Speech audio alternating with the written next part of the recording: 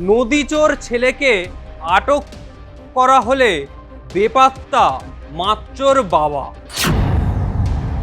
শওকত মোল্লা যাতে কোনোভাবে দেশ ছাড়তে না পারে। কোথায় শওকত? ভাঙড় বিস্ফোরণ কাণ্ডের মূল অভিযুক্ত তথা ক্যানিং পূর্বের প্রাক্তন তৃণমূলের বিধায়ককে খুঁজছে এনআইএ। বৃহস্পতিবার সকাল থেকেই তৃণমূল নেতার বাড়িতে তল্লাশি চালাচ্ছে কেন্দ্রীয় তদন্তকারী সংস্থা। নদীচোর ছেলেকে আটক করা হলে বেপাত্তা মাচ্চোর বাবা। সূত্রের খবর, নদী পেরিয়ে বাংলাদেশ পালানোর ছক কষেছিলেন শওকত মোল্লা, যদিও তা এখনো সফল হয়নি। শোনা যাচ্ছে কোথাও এক আত্মীয়ের বাড়িতে আত্মগোপন করে রয়েছেন তিনি। বন্ধ 3খানা মোবাইল। এইসবের মাঝেই শওকতকে পলাতক বলে ঘোষণা করল এনআইএ, যাতে কোনোভাবেই দেশ ছাড়তে না পারে। সেই কারণে ইতিমধ্যেই বিএসএফ এর সঙ্গে অভিযুক্তদের যাবতীয় তথ্য শেয়ার করে ফেলেছে এনআইএ। বিএসএফকে জানিয়ে দিয়েছে শওকত মোল্লা যাতে কোনোভাবে দেশ ছাড়তে না পারে। বঙ্গ বিধানসভা নির্বাচনের আগেই ভাঙড়ের চালতাবেড়িয়া অঞ্চলের বামুনিয়া এলাকায় ভয়াবহ বিস্ফোরণের ঘটনা ঘটে।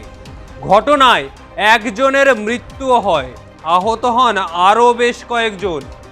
এই ঘটনার তদন্তে সম্প্রতি গতি বাড়িয়েছে কেন্দ্রীয় তদন্তকারী সংস্থা এনআইএ। তদন্তের সূত্রে বেশ কিছুদিন আগে আহিদুল ইসলাম নামে এক তৃণমূল নেতাকে গ্রেপ্তার করা হয়েছিল। সেই ঘটনার তদন্তেই বৃহস্পতিবার এনআইএর একাধিক দল ভাঙড়ে হানা দেয়।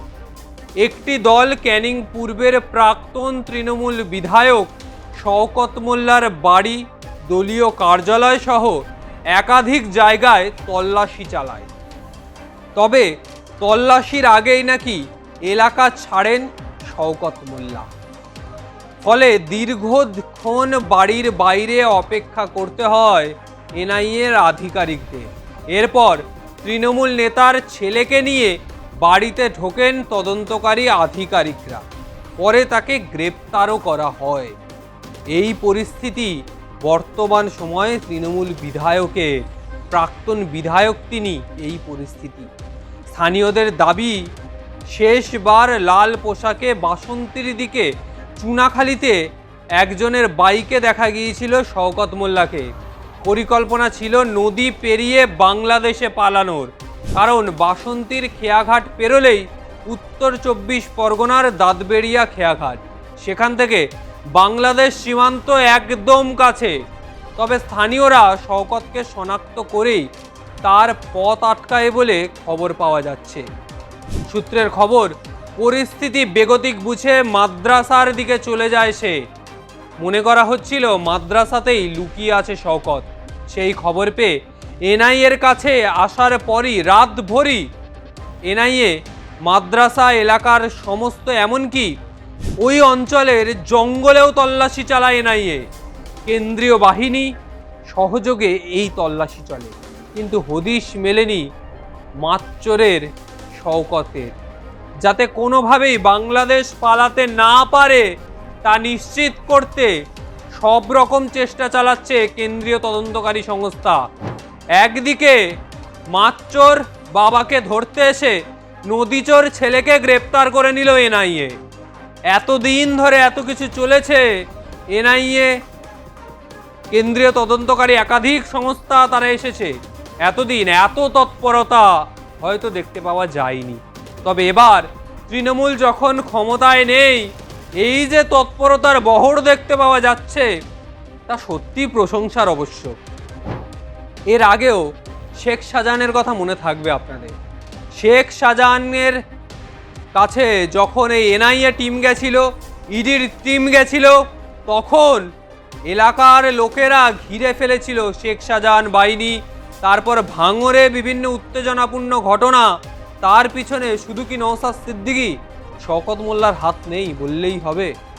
ভাঙড়ের নির্বাচন মানে গোটা বাংলার মানুষ তাকিয়ে থাকে ভাঙড়ের দিকে, কি হবে, কেন এত উত্তেজনা, কেন ভাঙড়কে নিয়ে এত হাই ভোল্টেজ কেন্দ্র ভাঙড়কে কেন বানানো হলো?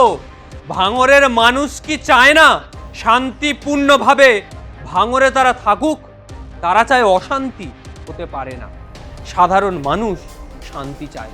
রাজনৈতিক নেতারা, সে যে দলই হোক না কেন, তৃণমূল, বিজেপি, আইএসএফ, সিপিএম, প্রতিটা রাজনৈতিক দল, রাজনৈতিক নেতাদের কলহ আজকে বিভিন্ন জায়গায় এই সন্ত্রাস সৃষ্টি করে। সাধারণ মানুষ চায় শান্তি। এই শান্তির জন্যই ভাঙড়ের মানুষ ভোট দেয়। ভাঙড়ের মানুষ শান্তিপূর্ণ নির্বাচন চায়। 2026-এর বিধানসভা নির্বাচন দেখিয়ে দিল ভাঙড়েও শান্তিপূর্ণ নির্বাচন হতে পারে। বোমাবাজি ছাড়া, গুলি চলা ছাড়াও ভাঙড়ে যে নির্বাচন হয় সেটা দেখিয়ে দিল 2026-এর বিধানসভা নির্বাচন। ফলে আজকের মতো বিদায় নিচ্ছি। ভিডিওটা ভালো লাগলে অবশ্যই লাইক, কমেন্ট করুন, চ্যানেলটি সাবস্ক্রাইব করুন, আপনার মতামত জানান। আগামী সময় আর কোন কোন বিষয়ে ভিডিও দেখতে চান অবশ্যই জানান।